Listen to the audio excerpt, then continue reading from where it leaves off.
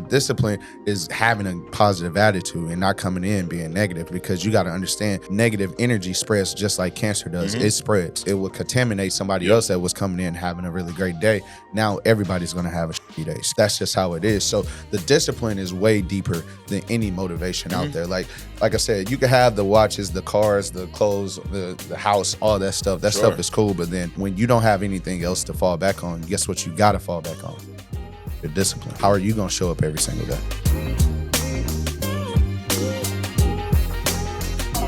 All right, welcome to True Talk. Got a special guest with me today, my man Trey. How are we doing, Trey? What's going on, Mike? I'm blessed, man. Zero complaints. Absolutely. Appreciate you coming up doing this. Of course. We got a nice hot day for you. Hey, 96 outside. I thought I was in Florida for a second. I'm like, wait, I ain't know it get like this in Connecticut. It does for like a week, dude. Okay. It does for like a week. The thing is, though, and it's funny because it kind of ties into a lot of stuff we talk about here. It's a mindset thing. Yeah. The news will hype it up. The media will hype it. Oh, my God, it's so hot. It's a heat advisory. Be careful, all this stuff. And you look at it's warm. Right. It's hot. Right. But it's also summer. And this happens. It's supposed to. It's supposed to. Yeah. Same thing happens in the wintertime. It's going to snow. Oh, my God.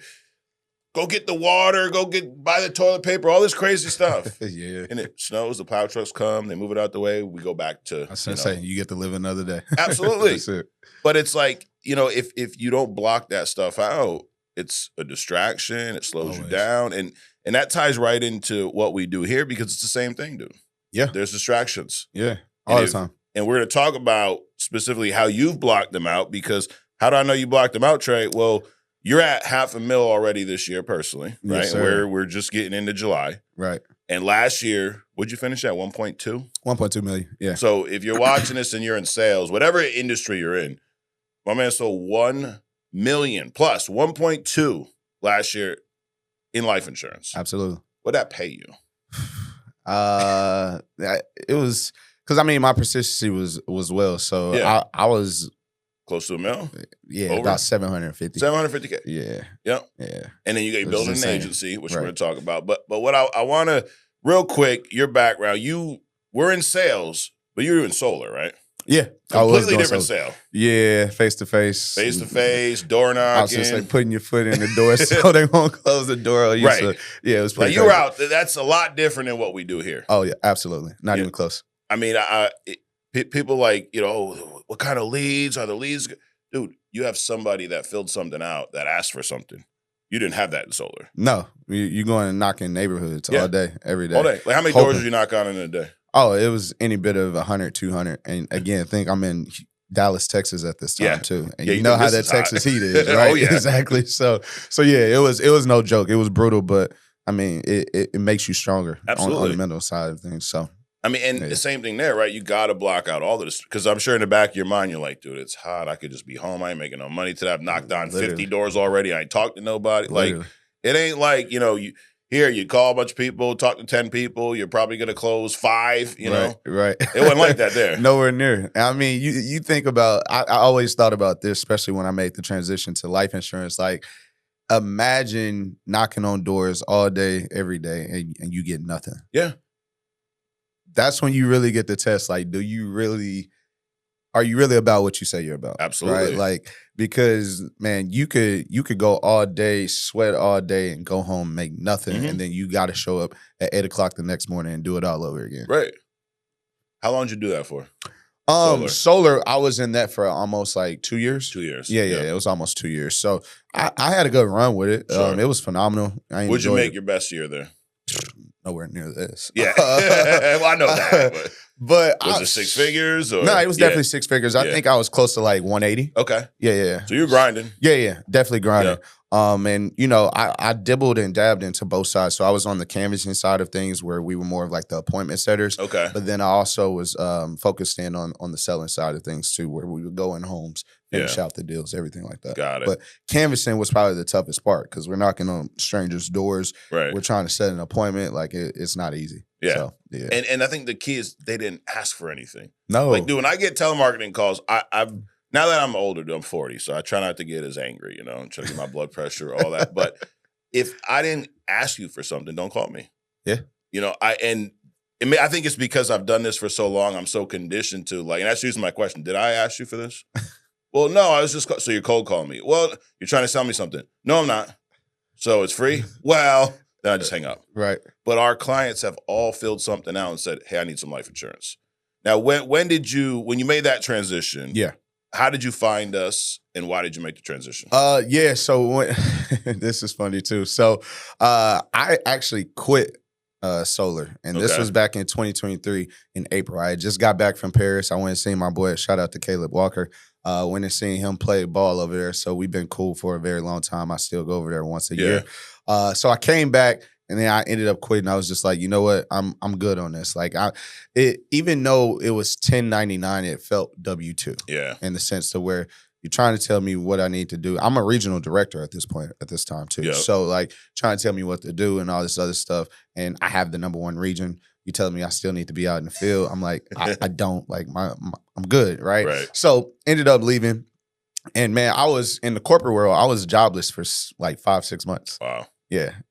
Thank God I know how to, save and budget the right way. But I was jobless. So it came around the month of July going into August. My girl at the time, well, obviously still my girl, but she told me, she was like, hey, like, I know this guy that's doing life insurance. You probably should, talk to him and just see about it. And I was like, you're out your everlasting mind if you think I'm about to go sell some life insurance. Like, I used to recruit these people. Yep. Like, they used to come to solar because they were tired of, I'm only making this amount and I'm doing all these dials, this and that. So they wanted to have some type of freedom. And I'm like, I'm not joining an industry. Like, you going to the enemy. Yeah, like I'm not doing that. Little did I know, like I wasn't educated enough. Like there's a difference between being a captive agent and being a broker. I didn't know that, right? So the people that were coming to me were captive agents. Got it. You see what I'm saying? So I didn't know about the broker's model. So I'm still sitting around. I'm still applying for solar jobs because I'm just thinking like solar's the wave. Like that's what I'm kind of accustomed to. So cool. I'm just applying. And then some just came over me to where it was like, all right, I'm sitting here. I'm not making any money right now at all. Like I'm making nothing. And yes, this is like a 1099 job. Am I afraid of it? No, because my previous industry before solar, I was doing the same thing. I was doing direct sales. So it's like, I'm not afraid of it, but I'm not making any money. It's not going to hurt for me to at least study and try to like pass the exam. So I literally studied everything that I need to. I did my 215, so health and life and annuities. I did that, took my test on day 6. Once day 6 came around, I passed with an 84. So I was like, okay, cool. Like, I guess I'm a life insurance agent. And I'm like, I mean, I'm a just try it out and just see. I mean, the worst thing that can happen is I'm in the same position. I'm not making money. So it is what it is. But I don't really you're just looking at this as like something to do for now while I find something else. Literally. So I did that. And, once I started getting into it, I remember I wrote my first policy. My first policy was my mom. Okay. And I got a nice commission check from Mutual of Omaha. $2,500. Okay, on one policy. On one policy. She got, I mean, obviously it's still active, but she got $250,000 worth of coverage, paying about $300 a month. Yeah. So got that, and I looked at my email, and I'm like, you know what? I think I could sell for like another week or two. Like, this isn't bad at all. Like, I'm going to try this out. Yeah. So kept going. I started going crazy on social media with like warm marketing and everything like that. My first month, I ended up doing 26,000 IP. So how much of that was warm market? All of it. Really? So you weren't even working off leads in the beginning? Not even close. Yeah. My first 2 months, I wasn't even working off leads. Yeah. I have a really large warm market, so I was able to, bank in like some crazy amounts. As a matter of fact, that in that month of August, one of my good friends that stays in Nebraska, he had invited me to his gender reveal. Okay. And being at a gender reveal and I sell life insurance, you know how that was. I cleaned house. I'm talking about everybody. Hey, Mutual of Omaha. Hey, Mutual of Omaha. And again, I'm in Nebraska. At the gender reveal? I swear. How many policies you sell? 6. I kid you not. I literally, man. At one point in time, like I was like, listen, you just gonna have to wait for a second. I'm trying to finish with this person. And I was going, right? And they all good friends of mine. Sure. So it wasn't like it was anything weird, but clean house. My first 2 months, like I said, 26,000. Second month was 23,000. Yeah. And then so you sold 50K in warm market business your first 2 months. First 2 months. I want to talk about that for a sec because we are lead based. We're always going to be. We're never going to be that captive play. We're never going to be the, hey, bring me a list of your friends and family. Let's call. Yeah. But I've always said this. Why would you not sell to your warm market? Doesn't make sense. We used to, back in it, before FFL, we were with another IMO when we would recruit agents. Our test, like, so if I was recruiting you back in 2010, I'd have been like, Trey, I don't know you. You don't know me. We're going to build this relationship. We're going to build some trust. But I need to know if people trust you. And because if the people around you don't trust you, the clients aren't going to trust you. So before I even give you leads, you should be able to find at least 3 people that you know in your warm market and sell them a policy. You want to know something crazy, Big Mike? When you told me that last time I was up there, you know I'm still using that to this day. I kid you not. Like, I'm like, and it makes so much sense because it's like, how am I supposed to trust you and trust that you're going to get on the phone and go out and absolutely dominate these phones and you can't get 3 people that you actually know to trust you? I'm not convinced on that. Because everybody needs what we have. Right. Dude, if we're selling cars or even we're selling solar, dude, everybody don't need it. Everybody don't need That's not, but for life insurance, everybody needs it. That's a great test. Like if you're not doing that, because if you're going to protect people around you, you're hoping you're going to do it the right way, right? You got to. So that you're thinking, okay, if you protect 3 to 5 people that you know personally, then when you start working on leads, you're also going to take care of those individuals too. Because you mentioned earlier your persistency. Yeah. That's a big deal. It's huge now. Dude, you could sell $500K and have shitty persistency. You can go broke. You can get terminated. The carriers don't like it. Like they're cracking down on that stuff. Your bonus is going to be impacted. I mean, you're talking about getting an extra bonus. Like that's because you got good quality. Amen. But that's a huge piece. So what I want to talk about real quick before we get into what you're doing on the leads is for people out there that are struggling with that. Because they're definitely struggling with that. I don't want to ask my aunt. I'm new. They come up with every excuse in the world. Right. I just got started. You know, it's my uncle. It's my they're not going to want to talk to me about. How did you talk to that many people that you know personally about life insurance? Understanding that like excuses are the root of evil. And that's not me trying to like quote the Bible or whatnot, but it's just like when you give an excuse, you're giving yourself a way out.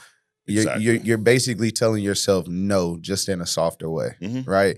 And for me, like I even coach and train my guys on this now, which is just like you have to be willing to step out of your comfort zone, and you have to be a human billboard no matter what you're doing at all times, right? Like if people don't know that you are a licensed insurance agent, then you're not doing your job right. And if you're constantly talking about it, you'll be surprised how many people will naturally just reach out to you because they already trust you. Like if you're your Facebook friends, Instagram friends, whatever, they're gonna already trust you. So it's like, hey, like, you know, my mama need life insurance. She ain't got none. Oh, okay, let's talk about it. Oh, well, you know, I've actually been looking for life insurance. My kids need life insurance. Like it spreads like wildfire whenever you just constantly talk about it, right? And so if I could give any advice to anybody out there, it's just more so being able to put your fears aside and just go out there and just talk about it. How I used to approach a lot of people, and I'm still telling my guys to do this too, is like, Mike, if we were friends and I just started, I would be like, hey, Big Mike, listen, I'm starting a brand new career and it's in life insurance. I don't know if I'm actually going to be good at this thing. So what I want to do is like, I'm going to give you my pitch and you tell me if you would buy it or not, okay? So then I would go through my whole pitch. And then at the end of it, like most of my friends, they was like, nah, Trey, like I actually need that IUL, like for real. So like, how much is it? And then now I go ahead and sign them up. So I fake like I'm basically trying to, you know, pitch practice them and just see if I sound good, but then in all reality, I'm really trying to sell you. I mean, well, it sells itself, right? Yeah. Like when you break down, especially the people your age, your friends, your warm market, when you break down all the benefits of what we do in a product like an IUL, all it comes down to is, can you afford it? That's it. And if they can afford it, why would they not? And then I make it affordable. So absolutely. It's like, I like what you said early on. It's about getting out of your comfort zone. Yes. Because I'm not going to sit here and tell you that it's not uncomfortable to sell. I sold my uncle who basically like helped raise me.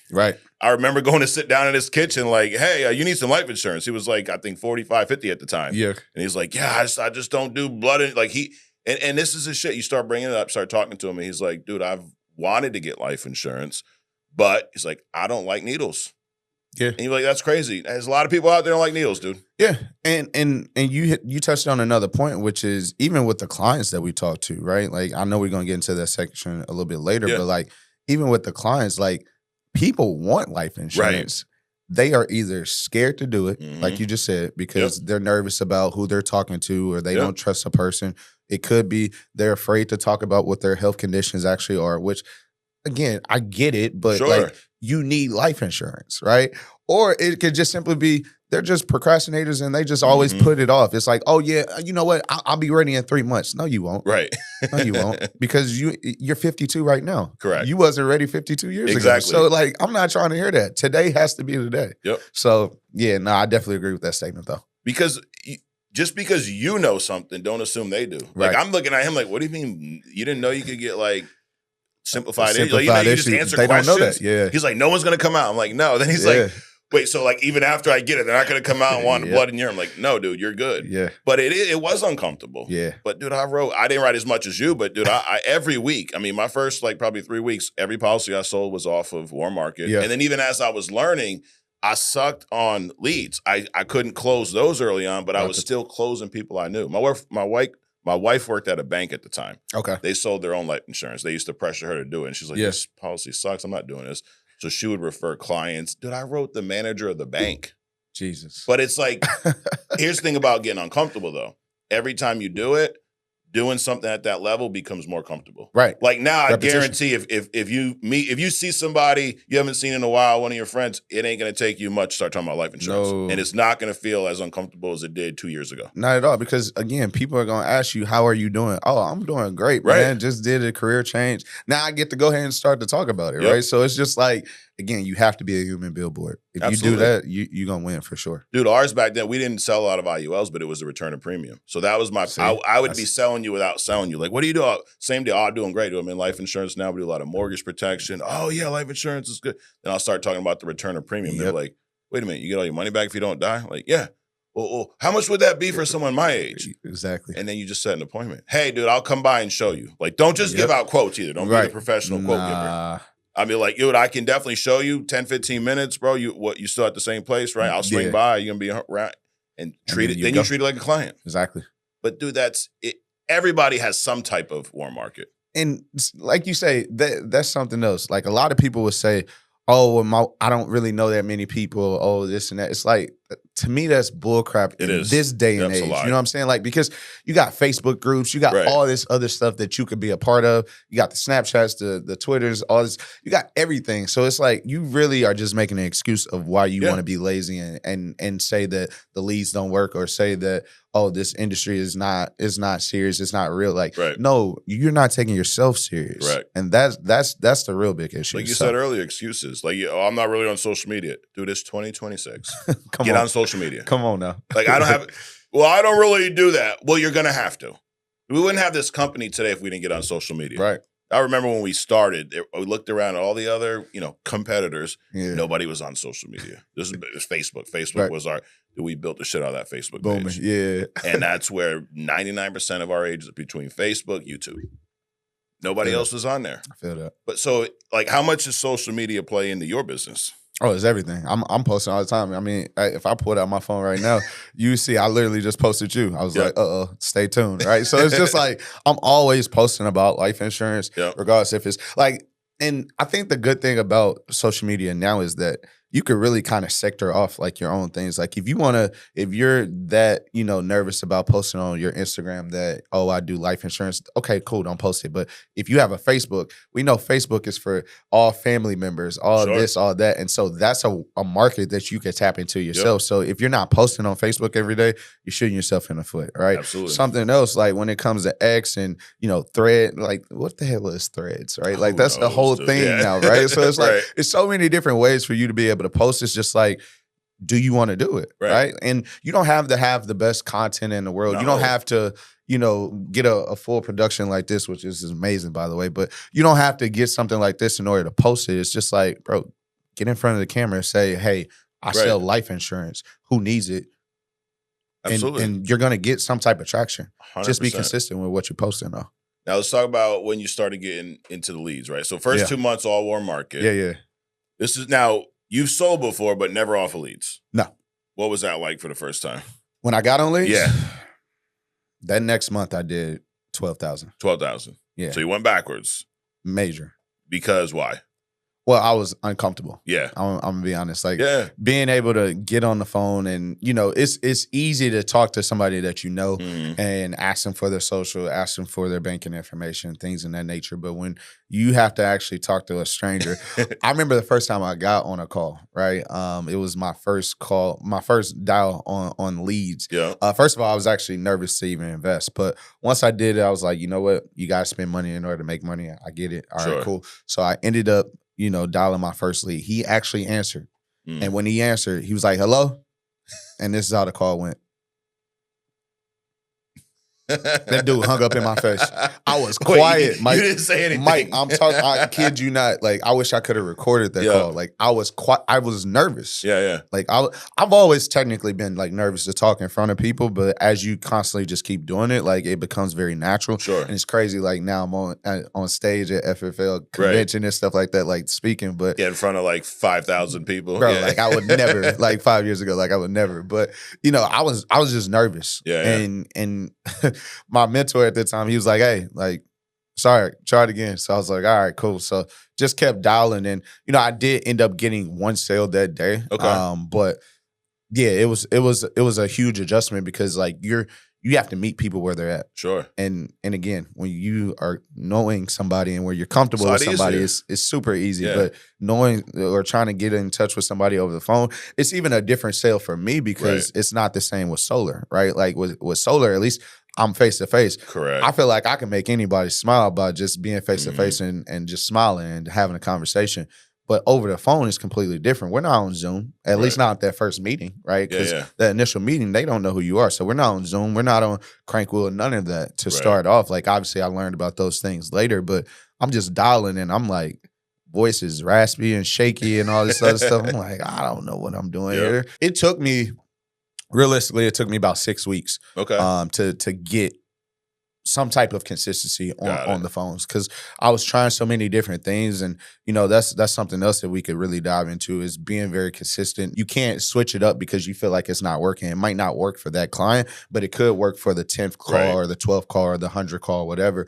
If other people are doing it and they've shown that they've had success doing it, why are you trying to come in and reinvent the wheel? That doesn't make sense. Yeah, like in those 6 weeks, did any part of you question the system, question, what everyone was telling you to do, or did you know, like, hey, no, it's me. I got to get my shit together. I'm surprised my upline didn't get rid of me. Really? Honestly, I was a complainer. Okay. Like I'm gonna keep it real. Like I blamed everything else but myself. Yeah. Right. And I look at, and we'll obviously talk about the evolution, like how we evolved into what we're in now. But like, man, I was buying lead packs for like $1,025.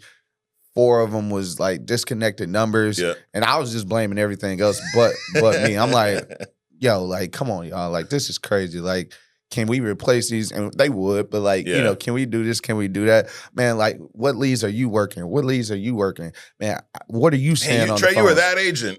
I was really that agent. Damn. Like, no. When and how did you change that? After that 6 weeks. Like, I kid you not. Like,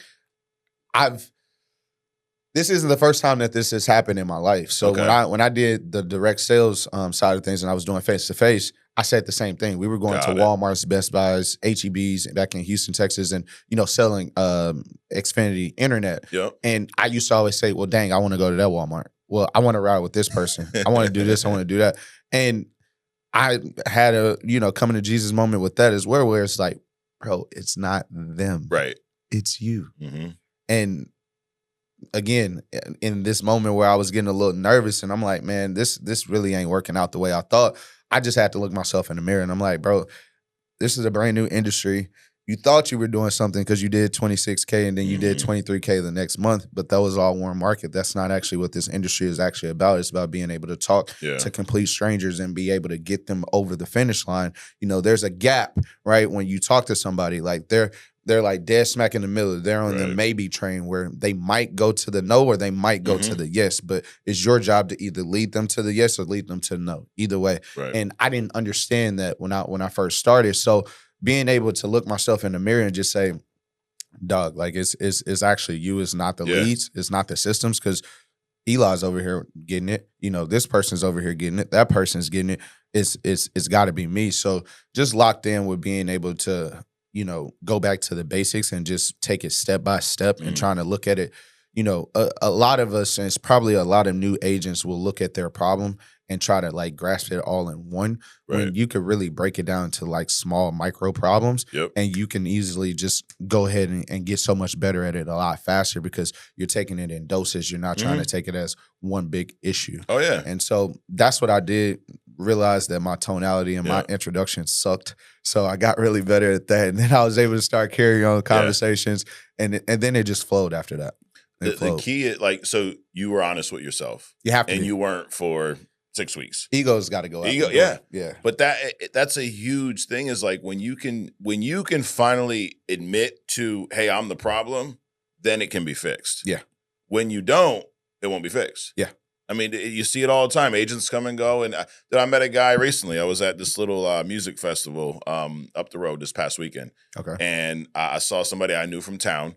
And he had his nephew with him. He's like, hey, you guys are in a similar industry. I was like, oh, really? He's like, what do you do? I'm like, marketing for insurance companies. Like, which one? Like, Family First. Like, oh, FFL? Yeah, I tried that. And he's at, and I won't name his company, but he's at another company, very close. Like, you would know it.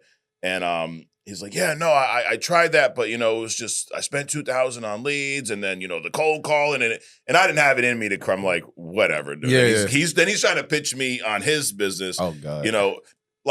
But it sounded like he's trying to sell himself on it. Right. Well, we do it this way and that. I'm like, dude, I'm happy for you. That's awesome. Right. But I'm like thinking, like, just like most agents that quit, you never once said, I couldn't do it. You said it was the leads, the cold call, whatever it was. It's always something else. It's always something else. It's always something else. But until you admit it, you can't fix it.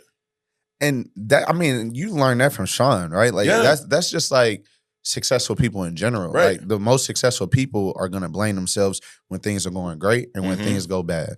If it's going bad, you have to play a part. Absolutely. There's a cause and effect to everything, right? So, like, if I'm not getting the results that I want, sure, can I blame it on X, Y, and Z, and blame it on this, and blame it on territory, blame on leads and all this other stuff? Sure. Right. But is it really valid? Probably not. No. Because it's It makes you something feel that good, like, and emotions got to go out the door in sales. Absolutely. It's got to go out the door. Yep. So, nah. But if you truly, I don't care what stage you are in your career, if you truly want to get better at this, if you're not where you want to be, start with yourself first in anything. Yeah. You want to get in better shape, start with yourself. Well, bad genetics. My dad was the, okay.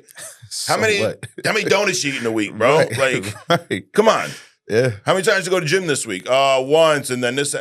It's you. And you want a six pack. Focus on you first. Yeah. And that's the beauty about this business, is it does fall on you. Like, people come in, they give us all this praise. We appreciate y'all this. Like, that's great. But you went out and did the work. Yeah. Yes, we created the system. Yes, we did this before y'all, 10, 15 years ago.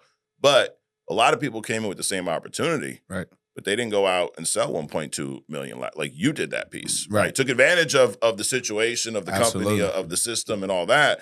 But you went and put the work in. Just like when you struggled those 6 weeks, that wasn't our fault either. No. That was on you. Yeah. But let's talk about what's working now. You 1.2 last year, $500,000 already this year. What's your goal this year from a personal I knew you was gonna ask me that. I'll put you on the spot. I mean, I know I'll clear a meal. Yeah. So minimally a meal. Yeah, as long as I hit that. I remember literally, it's so crazy. I'm having like a deja vu moment, but it's like, or coming to Jesus moment. But I remember when we were sitting here last year, and you were like, dude, you're at like 700. Are you gonna hit it? I was like, I remember that. Mike, I mean, maybe, I don't know. And he was like, bro, you're almost at $1 million. You need to go do it. And I locked in then. So, maybe Big Mike gonna push me to go ahead at least and the go mill, make it happen. Yeah, you got to at least do $1 million. I got you. I mean, you're halfway there. So as long as you don't take your foot off the gas. I don't know how to do that. So, but let's talk about what's working. So for people watching, how do you sell 1.2 million a year? What are the most important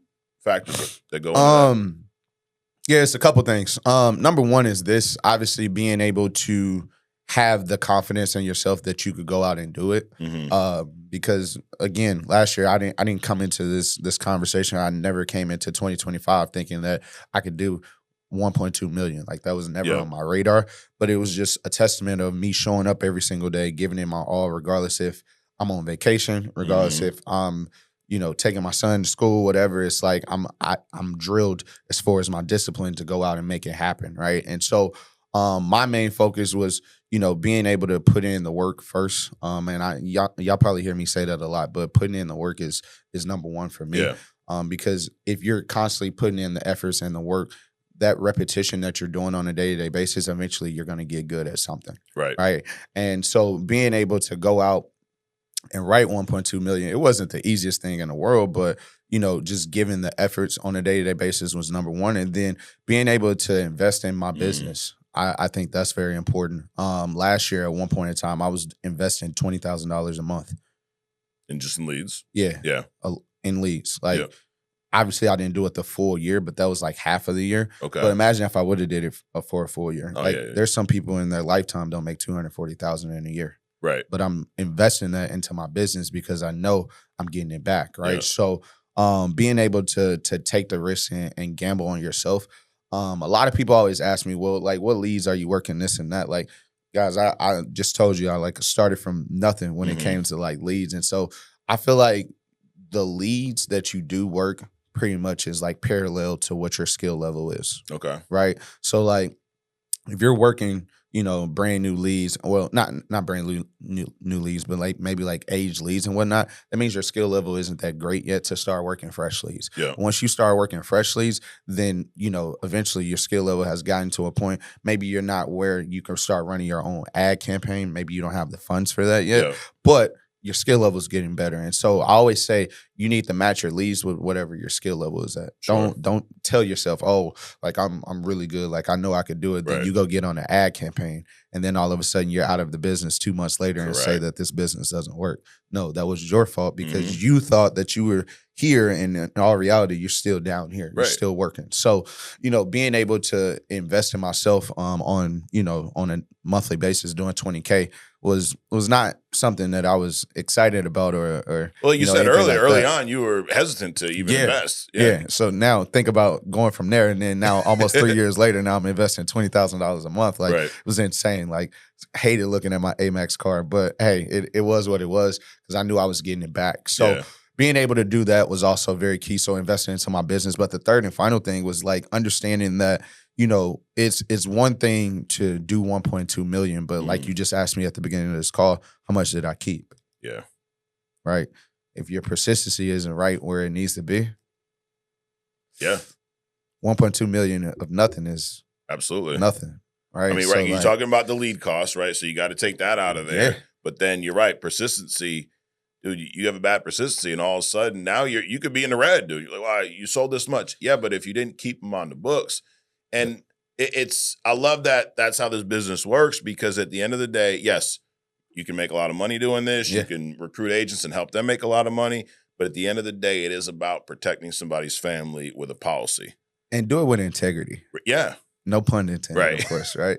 But do it with integrity. Like, I've been around, and I'm not even afraid to say it. Like, at one point in time, I was being taught some stuff that I just didn't, like, it didn't match up with my ethics. And it's like, nah, bro, I'm not going to do that.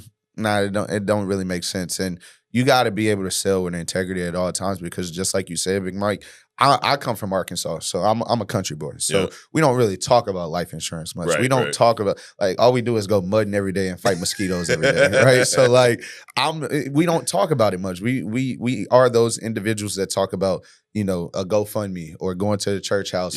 That's what we call it, a church house. But going to the church house trying to raise money. Yes, like I'm used to that. Yeah. So being able to step into a career now where I'm actually very passionate about making sure somebody's family is protected, like it hits a little bit different. Like, imagine when you get your first death claim.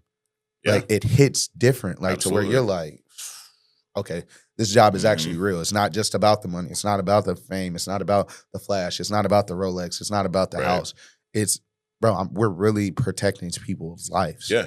Right. And I think that's something that, everybody should want to take more serious too. Absolutely. Like, it's not just about the flash that you see on Instagram and all that other crap, bro. Like, you're really helping people's life. You're making a difference. And that, so when you look at that persistency number, don't look at it like, oh, that's going to impact my bonuses. No, that's how many clients, that's what percentage of your clients you sold the policy to Dropped off. that kept the policy or dropped off. Yeah. So if your persistency is over 80% of my clients after, 12 months still have their policy. Yeah.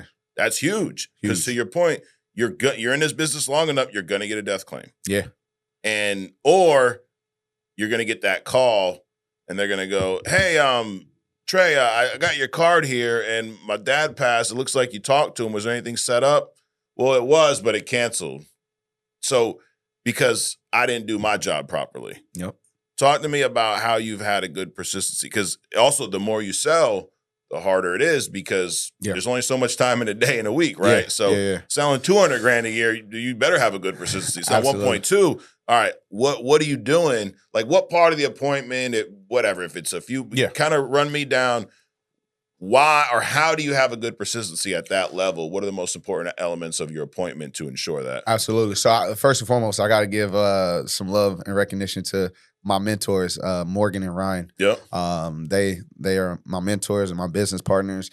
We don't use the word upline in our industry. So those are my business partners. So it was really Morgan that once I made the transition to come back to FFL, she really instilled in me how important persistency was and how carriers are terminating and doing X, Y, and Z because be honest, Mike, I didn't necessarily have the best persistency at first. Prior to what I'm saying? Yeah. I didn't. But when I made the transition and, linked up with Morgan and Ryan, everything changed. So some things that happened was, I started doing this pop quiz and I think I'm kind of famous for this at this point within FFL, but I do a pop quiz at the end of every conversation. Okay. And it goes something like this, right? So I asked six questions. So first question I always ask is, okay, which carrier did we end up getting you approved with today? So they'll answer it and they'll be like, okay, cool.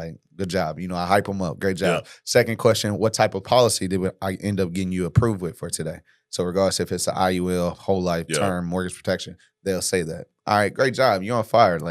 I know you ain't did a pop quiz in a while, but you're crushing this, right? So just hyping them up, make them feel good. It's about being memorable, and I'll talk about that at the end. But then number 3 is, okay, so how much coverage did we end up getting you approved with? They'll answer it. All right, cool. Fourth question is, how much are you going to be paying on a monthly basis? They'll answer it. Fifth question is, okay, when does this policy go into effect?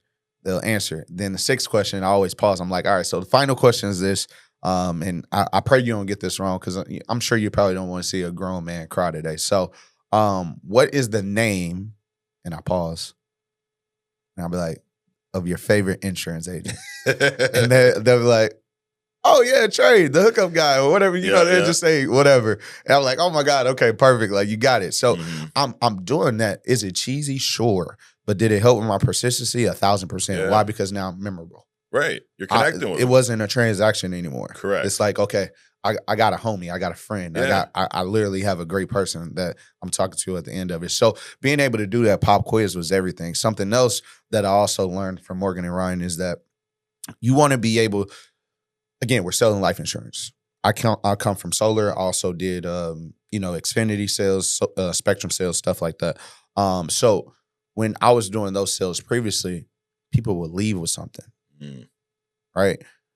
In insurance, most of the time people aren't because we're over the phone. Correct. So what are they going to leave with? Well, it's important that with most carriers that we represent, they allow us to have a policy review. They'll let you download some type of documentations. Yeah. And what I do is before I get off the phone, I email that over to them. Okay. Right. So they have something tangible so they can touch something. So they feel like, okay, this is a real thing. Again, buyer's remorse is key. Sure. Right. So being able to make sure that I can show them that's important. I also show them how they can create their online portal, regardless if that's Mutual of Omaha, America, Transamerica, whoever. There's an online portal or an app that you could download and you can have that. If I'm selling you an IUL, you want to see what your cash value looks like on a monthly basis. So now that I tell you that you could log into this and you get to see that, again, it's tangible. So they feel way more comfortable. Prevents, chargebacks. Absolutely. So that's number 2. And then number 3 is, and we talked about this before, but I'm not afraid to ask for referrals in the sense that it's a finder's fee, right? And I mean, it's like you helping me just put me in front of somebody, regardless if they're adding me on a Facebook group Sure. or whatever it is, man. Like, I just want to make sure that I'm letting them know, listen, I'm here for you. I send over my business card again, because I send it over twice at the beginning and at the end. So I'm sending it over again. And that tidies up a crazy sale. Now, on the back end, that's the beginning of the sale. Once the sale is done, the sale is not done, just so you guys know. So remember that. Once the sale is done, it's not done. So after that, now with me being able to have the funds that I do have, I learned from Morgan and Ryan, you're doing 1.2 million. You got to have people, like, you got to have a staff, like, you got to have people that work for you. So I went and got a virtual assistant. Matter of fact, I have 3. Yeah. So how do my virtual assistants work? Well, and again, this is all tied up into the persistency side of things.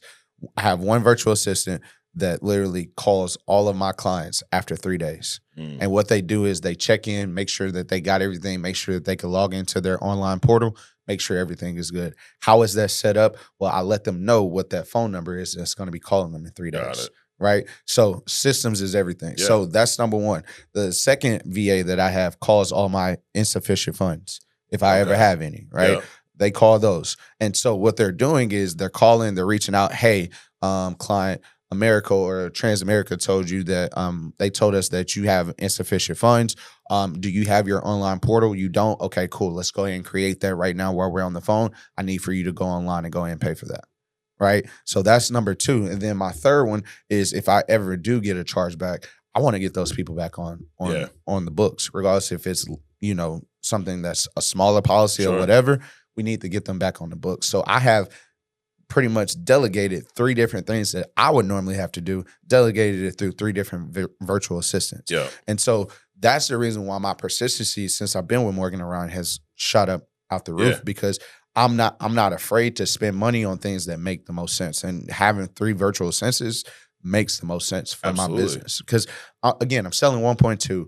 I'm also leading an organization that's doing 400,000 plus right now every single month. Like, I don't have that much time, and I still got to be a dad, still got to be a good significant other, still got, like, man, that's a lot. Absolutely. That's a lot. So what do you think that costs you, those virtual assistants, a month? In total, maybe $600. $600, maybe. And that's what, like, what do you think that if you didn't have those, how much lower do you think your persistency would be? Oh, it would be terrible. I'll probably be terminated. Really? Probably that bad? Yeah, I wouldn't say it's that bad. Like, my persistency is that bad, but like, I'm only one human being. Exactly. I can't talk to especially selling at this level. Yes, I can't talk to that many people. Yeah. Right? So $600 a month. I would literally drive myself insane. So it's like you have to. And I look at like you said, $600 a month. Imagine how much business they're saving me. Absolutely. A lot more than $600 a month. Come on now. Yep. I love all 3 of those people. Yeah. Love them. But it's the whole process. And, the pop quiz works for you. Yeah. You're like, well, I don't want to do the pop quiz. The key is not the pop quiz. The key is you're connecting. Absolutely. You're standing out. It's more than just a transaction. It's got to be. And if that's an easy way to do it, do it. Well, I don't want to, but you have to connect. You got to do something. In person, it was easy.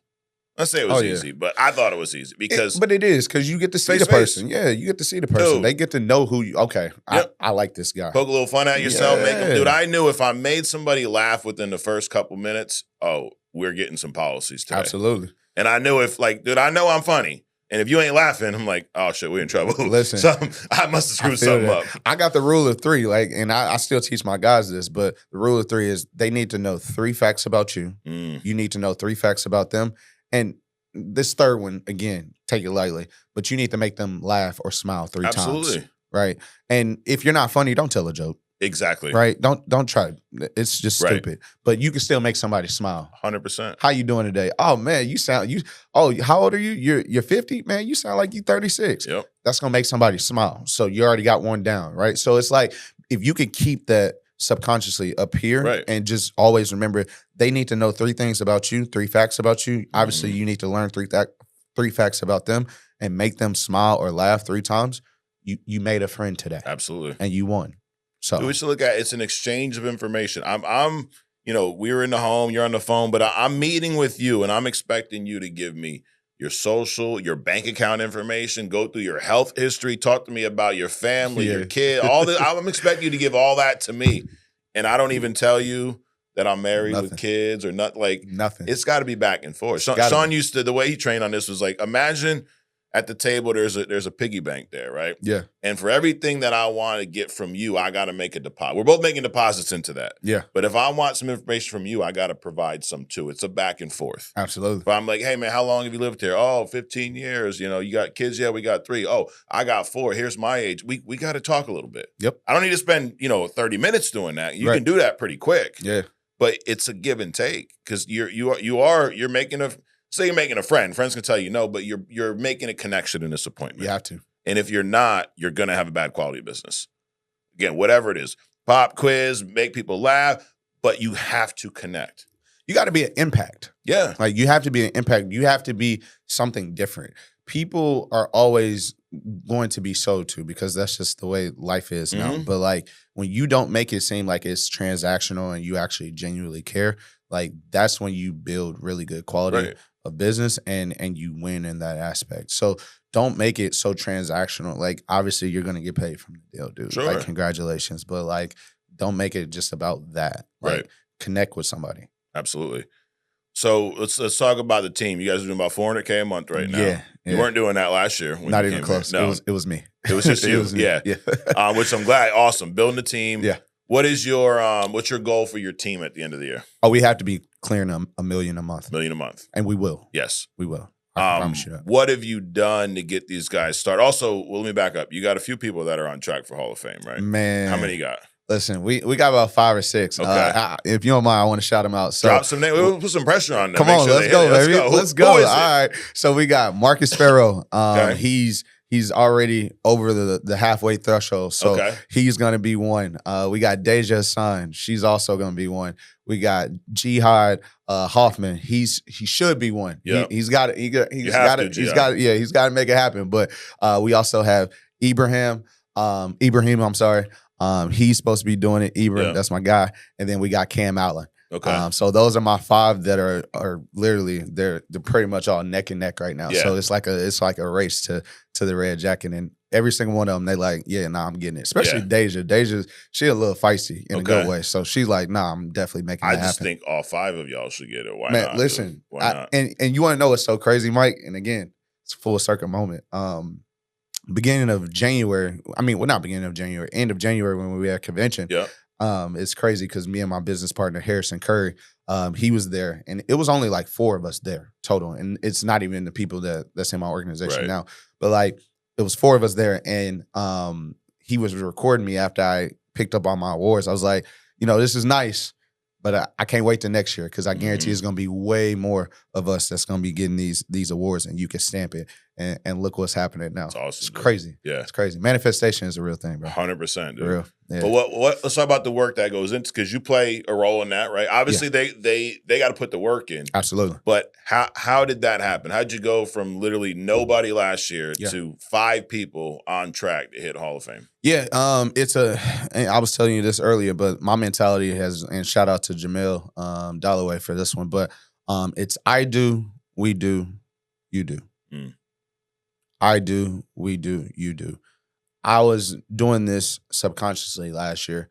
I was proving to myself that I could go out and do it, that I can make it happen, not only hit Hall of Fame, but go over and beyond, right? And being able to do that and then putting myself out there that, hey, now I want to be able to recruit, coach, and train people. Like I've put myself in a position where now it's like, well, as I start to bring people in, they're going to look at me as the example. If I went out and I was able to do it from, leading from the front, then guess what? That means we could do it together. If we're doing it together, eventually you're going to build that self-confidence within yourself that now you can go out and do it. Right. Marcus Farrow was the first guy that I literally took, and I was like, bro, I'm going to make sure you're successful.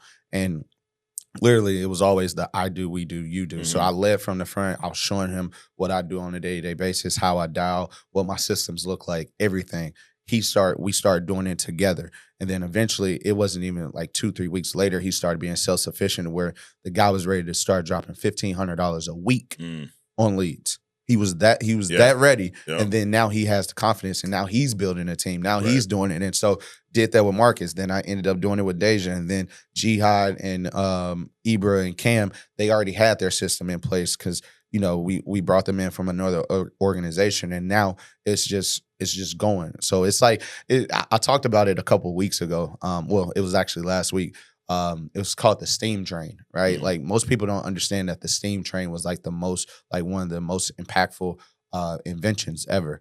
And the thing most people don't understand is that when you dump the coals into a steam train, that it takes majority of the coals that you actually already have in there to just get it to go from 0 miles per hour to 10 miles per hour. Why? Because that beginning stage is everything. Right. And then once you try to go from 10 miles per hour to go to 100 miles per hour, you just got to put in just a little bit. Yeah. And then once you're at 100 miles per hour, you barely got to put anything into it because you're already going at that point. That momentum is going. And so with generations to come, man, we're grooving and we're recruiting like crazy. We're training like crazy. I'm being able to have other individuals as far as my leaders, like start to run meetings and, get into trainings and everything like that. So we have this big vision that we want to clear 1 million in a month, and we're not going to stop until we do it. We just have to figure out who's going to play their role and what role are they going to actually play. Yeah. That's huge, dude. You got to have a good culture. Absolutely. And like you said, leading from the front is such a massive piece of that. Yeah. When we started the company, we would tell all the agents, do not recruit unless you sell. Yeah. Now, partly because the other part was we had like 3 staff and we were just getting going. So like, bro, I can't help them. Yeah. Sean can't help them. Right. We got shit to do. Yeah. So if you're going to recruit, you better know what you're doing. Absolutely. But and you create that culture where you get enough people doing it, then it becomes expected, right? Like now you got 5 people on track for Hall of Fame. You're just getting started, bro. Next year you'll have, 10, 15, 20. Can't wait. But it's going to turn into a point, Trey, where the people that aren't doing that are going to feel uncomfortable. Absolutely. And they're going to leave, and you're going to attract more people that want to do that. And that boils down to discipline too, right? Like I've always said this, which is discipline, it pays longer than motivation. Absolutely. Yeah, motivation wears off, dude. You go to these, walk on hot coals, do this, whatever. Yeah. I took my ice bath. Okay, dude. I know you're. Congratulations. You took an ice bath at home in your mansion. You're gonna go kill a bear today. I got you, bro. Right. I got you. No, you're not. Knock it off. Right. That don't make you a savage, dude. It does not at all. And this shit wears off pretty quick. The discipline is what most people look over. They look at the glam, they look at the results, but the discipline is the input. The discipline is showing up every single day on time. The discipline is unmuting on Discord whenever you're supposed to be and show that you're presenting. The discipline is selling with integrity. I could keep going. The discipline is the work ethic. The discipline is having a positive attitude and not coming in being negative, because you got to understand negative energy spreads just like cancer does. It spreads, and it will contaminate somebody else that was coming in having a really great day. Now everybody's going to have a shitty day. Excuse my language, but that's just how it is. So the discipline is way deeper than any motivation out there. Like I said, you can have the watches, the cars, the clothes, the house, all that stuff. That stuff is cool. But then when you don't have anything else to fall back on, guess what you got to fall back on? Your discipline. 100%. How are you going to show up every single day? Yep. Because every day's not going to be perfect. Every person's not going to show up and just always be ready to get after it. Hell, it's sometimes I don't even feel like doing that. But I know I'm programmed to be like, you know what? I got to show up. And that's the difference. This. Like, I think people think that these top guys, you, Steve, all these, they don't deal with the same stuff mentally. They don't have that feeling of, I don't feel like calling somebody today. No, everybody does. Right. But it's just when that hits you, it's not even, you're like, dude, that's crazy. Why would I not call today? That's insane. Doesn't make sense. But you got to be prepared, because those things will seep in. And to your point, the more negativity you're around, the easier it's going to be to succumb to that, thought process. Like, everything just sucks today, this, that, I'll just take a day off. Then you lose that momentum. Then you're in the steam train like, all over again, right? It stopped. Yeah. We don't have enough coal, though. Listen. How are we going to get this thing moving? How are we going to get it going? Because that thing is heavy. So, again, it's just like, why allow 5 seconds or 5 minutes to mess up all the momentum that you built? Yep. Because you want to be in your feelings, or you want to have an ego and think that you're supposed to get this or think you're supposed to get that. You're not. No, dude. You're not. You're supposed to get back to dialing. You're supposed to get after it. And even if you zeroed that day, at least you know that tomorrow you're for sure not going to zero. Like, we're all human. It happens at some point, right? Somebody's going to zero. So when you do zero, ask yourself, what do I have to do differently tomorrow to make sure that I don't zero 2 days in a row? Right. I've always had the mentality that I can zero once, and I tell my guys this too. I can zero one day, but zeroing 2 days back to back that's illegal. Yeah. That's not real. And something else that I posted on Instagram before is every single week is a game 7. Mm-hmm. But the good thing about every single week being a game 7 is you only got to win 4 games. Right. And think about that. You only need to win 4 days out of the week in order for you to be successful. Yeah. You won the week as long as you win 4 days. Yep. So if you go Monday through Thursday as hard as you possibly can, and I'm not promoting this, but let's say you slack off Friday, Saturday, Sunday, you still won the week. Correct. Bro, it's not difficult. No. It's not difficult. It's not. And it's hard work. It is. There's a lot to learn, but it's a simple business. Like, there's 3 things that you need to learn to build an agency. I promise it's literally, now there's more to it. 3 important elements. First thing, you have to learn how to sell yourself. Have to. Got to be the example. Then you have to learn how to teach someone how to sell. Yep. And then the third spot, and I feel like this is where you're getting into with building these leaders up, is you need to then be able to teach someone how to sell. Yep. If you can master those 3 things, dude, there's no limit to how big of a business you can build, because if I can teach someone to teach someone, then I don't have to do it. Like, one of my favorite things you said today was, I got leaders doing meetings. Yeah. Dude, there's people with us that have been here 10 times as long as you, and they do all the meetings. It's got to be me. He's not ready. Bro, you weren't ready at one point. Right. How do you think he's going to get ready? Right. Do you know I started doing podcasts? We built this studio, I don't know, 10 years ago maybe. Yeah. And Sean, we had a big group of agents come up. Big group at the time was like 12. We had our top guy, our top managers. I got you. Okay. And then Sean was like, I'm going to do a podcast with every single one of them. And this was early on in the company. Yeah. And I was the engineer. We sit here. He did like 2 or 3. And then I don't know what happened. He's on the phone. He's like, dude, I can't, like, this was early on. Who knows? We could have been getting terminated or something. And he's like, I need you to do them. I'm like, what? Now, I've done training and recording and shit, but I've never done a podcast. I'm like, okay. Just figured it out. Just got thrown into it. It was uncomfortable. It was awkward. The first ones were probably horrible, but then you learn how to do it. And you're like, wow, it's really not that hard. It's the way of life, Mike. It is. Anything you do in life, we could say, forget insurance. You're not going to be good at something. And as long as you keep showing up and doing it every single day, and you get good and you give 100% every single day, at some point you're going to get good. You can't show up every day and suck. Like, I tell people that all the time. I can't show up and shoot 100 free throws all day, every day, and then not get a better free throw percentage at some point. Some of them are going to start going in. They got to, especially if I'm giving it 100%. So, bro, I definitely agree with that. Yep. Definitely agree with that. It's like you have to be. If you're an agency owner or you're inspired to be an agency owner, I'm not speaking like I'm the Stan Smith of the world or Morgan and Ryan or Nina and Hayden. Like I inspire to be there. I'm not there yet. But like what I do know is that at the end of the day, delegation is everything, right? Because you're only one person. Right. And if they are always just hearing one voice, it will never work. So regardless if that's your leaders or if you don't have leaders, you should be reaching out to other agency owners or whoever to be like, hey, I need this message, ran to my team today, or hey, can you help me coach and train on this topic or whatever it is, to where, again, it builds credibility within yourself. As an agency owner, you need to be able to you need to look at yourself and say, how am I adding value to somebody? Right. And again, I'm not trying to get too personal with it, but if the only thing you can add value to is just a comp raise, you're not really adding value. No.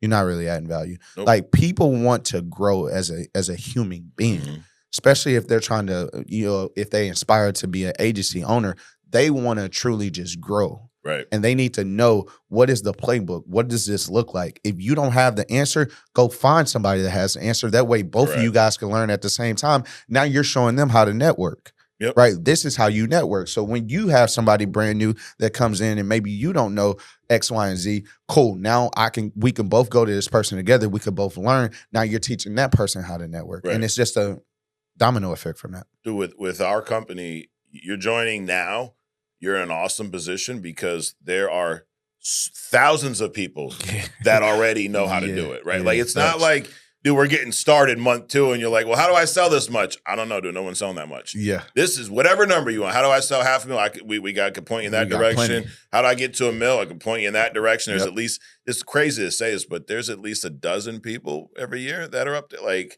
I mean, you see the stage. Yeah. I'm like, dude, all these people did $1 million? Insane. Our first year, we didn't have this many people do $300K. Right. You know, but there's the examples are there. Yeah. So is it an easy business? No, but it's simple. Yep.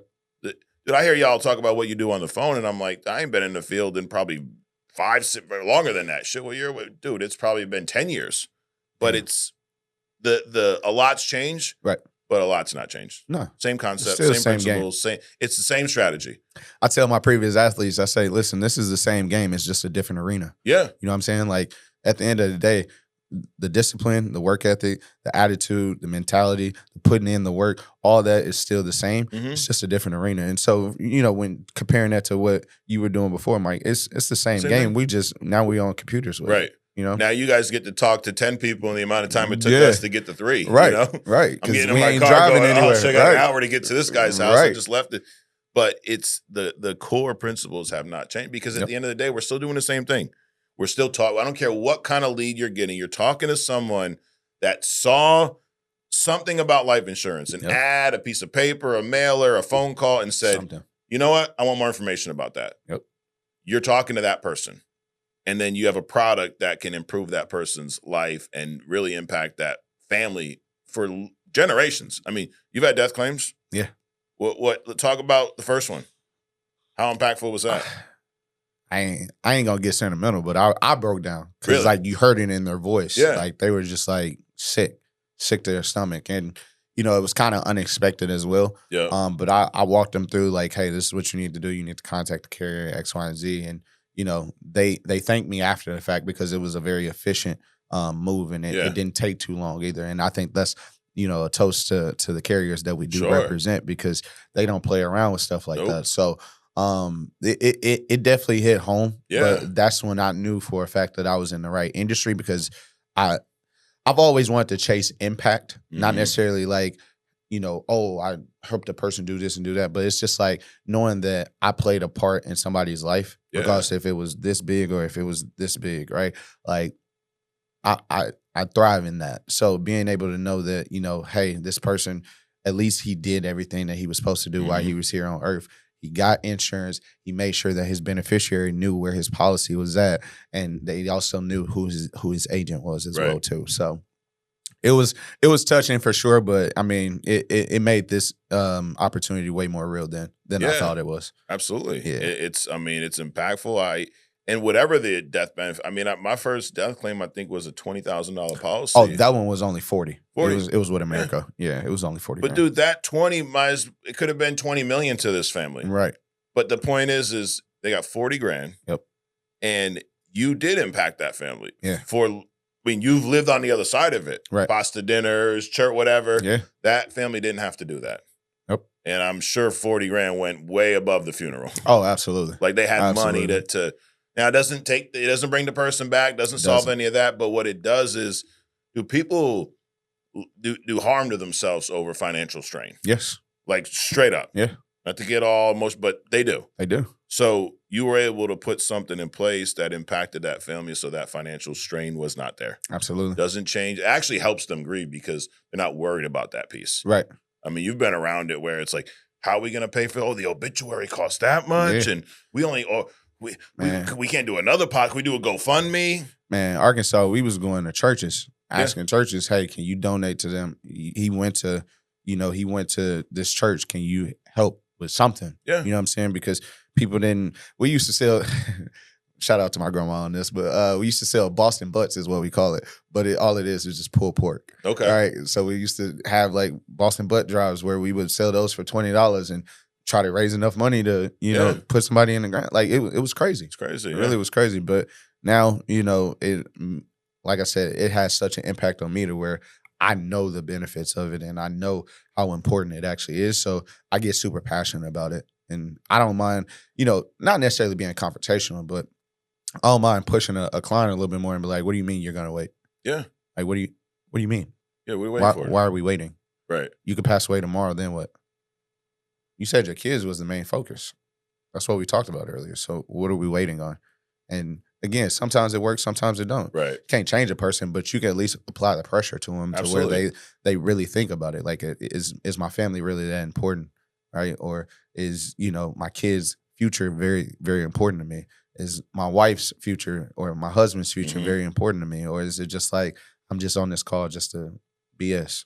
Right. Just trying to get another sale. Yeah. No, dude, let's say you have to treat this business. If you plan on being here long term, if you plan on making this your business, your career, however you want to look at it, you got to understand that it ain't about the sale, the commission. It's about putting these clients in a better position because the part of the demographic we take care of for years, for decades, they were ignored. Right. But they weren't IMOs like us back in the 70s, the 60s. Like, dude, you had these captive agents. They'd go find everybody with money, meet with you 3, 4, 5, 6 times, write you this massive policy, right?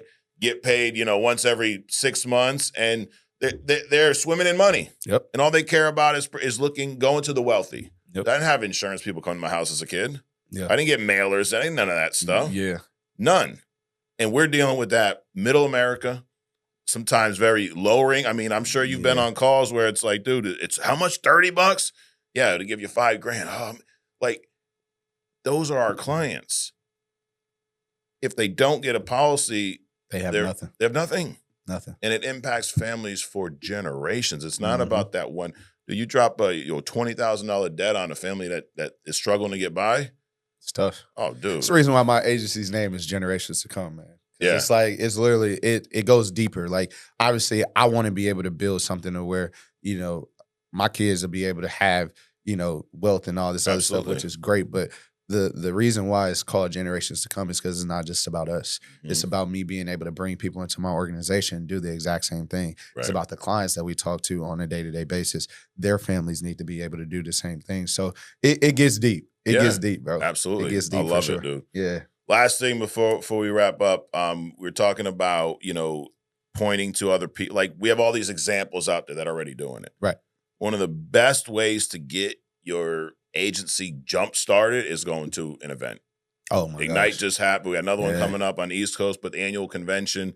And because you're going to get your agents there, and the people on the stage, the people that are selling, they're going to say the same shit you've been saying all year. Of course. But it's a different voice. And you pointed this out earlier. Too. It's a different environment. Yep. It's a different voice. But then it validates what you've said. Yep. It actually makes you look better. Absolutely. People get, not a lot, but we get some, I can't send them there. They're going to get the wrong, they're going to hear from this guy instead of me. Yeah. It's not about you, dude. We were here before you, bro. Right. It's not about you. Right. But if you show up, you bring your agents to an event and Steve gets on stage and he's telling them the same stuff you've been telling them, now they're like, oh, wow. Like, it's one more person. Mm-hmm. And it gives you more credibility. Yep. I always tell guys that your business next year. So this is I always like to challenge you. Okay. You know that, Trey? Yeah, bro, I'm ready. My challenge for you this year is how many people can you get to annual convention? Because your agency's growth next year, everybody will be contingent upon how many people you get there. I'm willing to bet that I'll get 100. 100 people. We had 30, and none of my agents are in Arizona at all. Okay. We had 30 show up to Arizona. Love it. Literally. What did 30. That do for your business? Oh, my God. Yeah.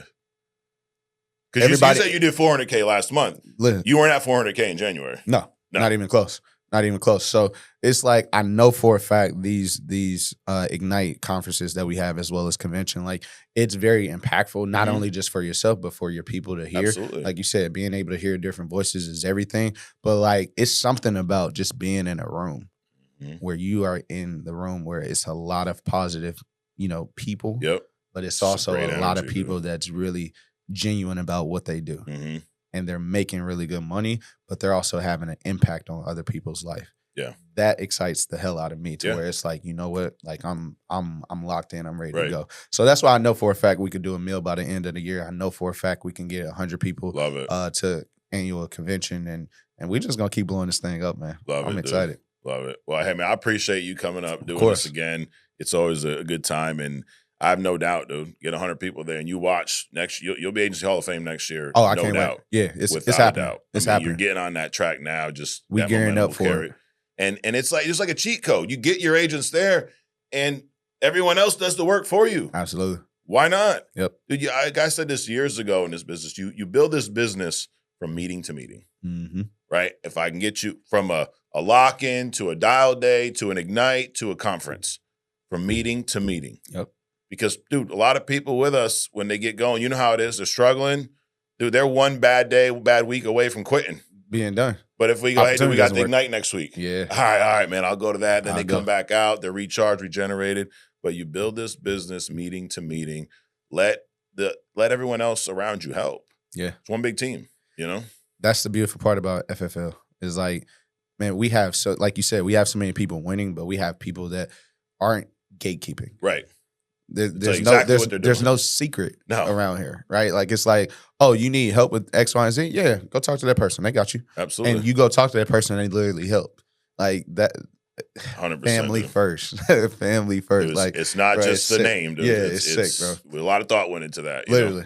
So, and I love it. So well, thanks again, dude. Appreciate it, brother. Guys, if you haven't already, go to fflconvention.com now. Get registered. I promise you it's gonna sell out. Okay.